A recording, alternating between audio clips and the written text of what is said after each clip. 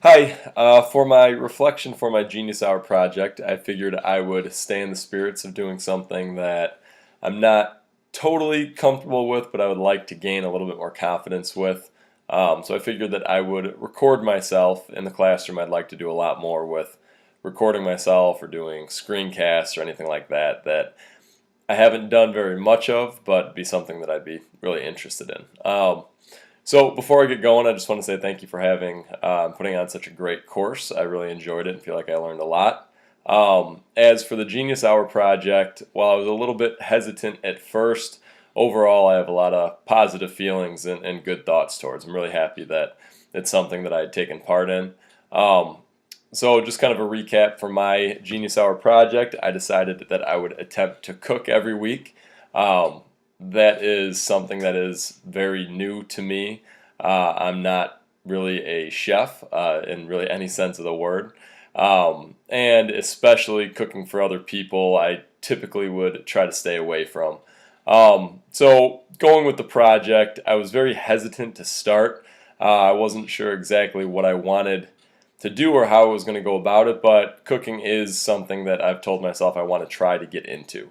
Now, it's not something that I ended up doing every day, and I don't see myself doing it every day in the future, but I tried to set aside one day a week. It was typically Wednesday or Thursday, where I would try to cook some sort of a new type of meal. I always had one audience member. My girlfriend was my kind of my guinea pig who I'd give the meal to, and always a little bit nervous in how it would turn out. Um, but I did tell her to always be honest with me and tell me some things that I could potentially work on or do a little bit better with. And it ended up being really a nice experience. So my overall experience, I think, really closely followed the dip chart. I was pretty surprised when looking at that because it seemed like it was going directly with the couple weeks that we did this in class, where it started out really new and exciting, and I was really passionate and having fun about it or having fun with it early on, and then pretty quickly, especially when times got pretty busy, it seemed to be a little bit tedious, and I had a little bit of a difficult time taking time out of my schedule to try to actually go out and shop and cook a good meal. Where I almost fell into the habit of buying pre-made things and then just kind of putting it together, but I never ended up actually following through with that, which I'm pretty happy of. Um, but as time continued past that, my schedule lightened a little bit towards the end of our football season. It continued to be pretty enjoyable. Again, I wouldn't say that I'm very good at cooking still, but it is something that I had fun with. It was kind of relaxing. Even just going out and shopping for the different ingredients was just time away, time not thinking about typical day-to-day stuff, not thinking about teaching, about coaching, about anything else, and just kind of focusing on one task, which I really did enjoy. And then coming home and experimenting and trying something new, it was a lot of fun. And in the end, every time that I did finish a project or a meal, even though it may have been maybe tedious or maybe it was a little bit difficult, at the time I always felt a sense of not just relief but satisfaction knowing that I was able to actually put together a somewhat edible meal. Um, so I think that as time went on, I definitely gained a little bit of confidence. I gained some confidence in potentially cooking for other people too, which is something that I never really thought that I would do. Which I think would probably be my biggest takeaway with this, and one thing that I could try to bring into my classroom is trying to do things that might be a little bit outside of my students' comfort zone. That at first it might be kind of difficult, where some of them might want to try to give up or take an easy way out, but then just persevering and kind of pushing them through to where they know that they're able to accomplish something.